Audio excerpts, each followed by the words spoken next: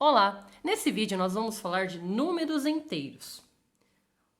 Quando falamos de números inteiros, engloba números negativos e números positivos. E esse conjunto é representado pela letra Z, tá? Então aqui, ó, nós temos a representação do conjunto. Z igual 3 pontinhos, porque ele tem mais números para a esquerda. Menos 3, menos 2, menos 1, 0, 1, 2, 3. E 3 pontinhos porque ele tem mais números para a direita também, tá?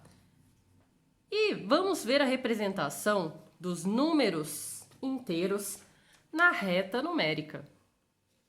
Quando representamos eles na reta numérica, lembra que vocês já viram os números naturais, que eram constituídos apenas por essa parte aqui, ó, dos números positivos?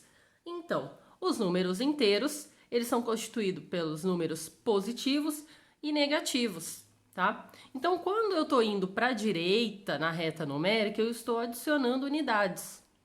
1, 2, 3, 4, 5. Quando eu estou indo para a esquerda da reta numérica, eu estou subtraindo uma unidade. Então, ó, 4, 3, 2, 1. Estou diminuindo. Isso também, essa regra é válida para os números negativos da mesma forma, tá? Eu adiciono unidades quando estou indo para a direita, então menos 4, menos 3, menos 2. E subtraio unidades quando estou indo para a esquerda, tá? Menos 1, menos 2 e menos 3. Aí a gente vai ver outras características dos números inteiros no decorrer do vídeo. Onde são utilizados os números inteiros? Geralmente a gente usa para fazer algumas operações, né, que envolvem dinheiro, principalmente em extratos bancários, que a gente fala que o saldo está negativo ou positivo, e esse negativo representa algo que você está devendo ou que falta, e o positivo é algo que você tem, tá? Também nós utilizamos para medir algumas escalas, como a de temperatura. Por quê? Muitas das escalas, os nossos aparatos científicos fizeram com que a gente determinasse o zero.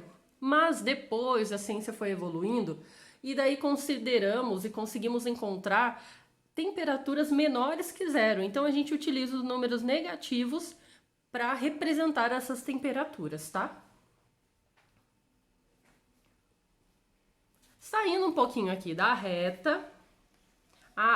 Só lembrando, detalhe para vocês não esquecerem. Todo número positivo, a gente fala apenas ele, né? 1, 2, 3.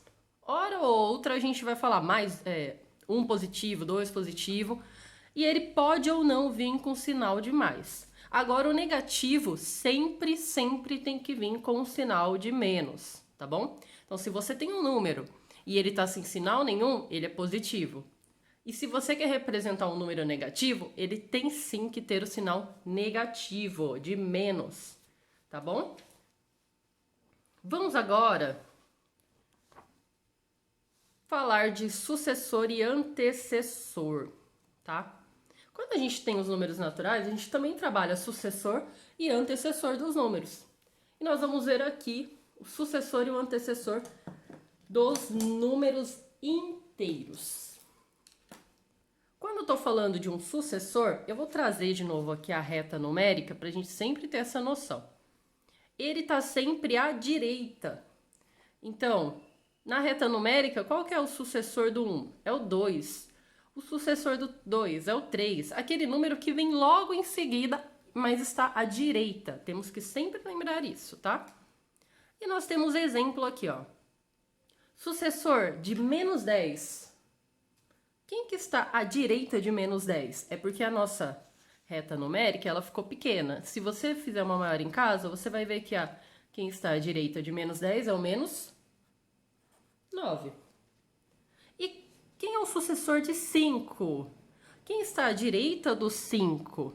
É o 6. Ó, vou trazer aqui na nossa reta numérica, tá vendo? A direita do 5 é o 6. E nós estamos falando, sucessor é o número que vem logo em seguida. Outra característica do sucessor. O sucessor de um número é sempre maior que aquele número. Então, o sucessor de menos 10 é menos 9. E esse valor, o menos 9, é maior do que o menos 10. O sucessor de 5 é 6. E o 6 é maior do que o 5, tá bom? Vamos agora para o número de antecessor de um número inteiro. Voltando aqui a retinha numérica. Organizar aqui. Então, o antecessor de um número inteiro é sempre aquele que está à esquerda dele, tá? O que vem antes, é fácil da gente gravar porque já tá falando, né? O que vem antes daquele número? O antecessor. E antes, a gente analisa é o que vem à esquerda. Então, sempre que eu tenho um número, eu vou ver quem que vem à esquerda. O que vem à esquerda é o antecessor dele. Então, 0. Quem é o antecessor de 0? Menos 1. Quem é o antecessor de 4? 3, tá? Exemplo. Antecessor de menos 8. O que vem antes? O que está à esquerda? O menos 9. O antecessor de 10. O que vem antes de 10? O 9.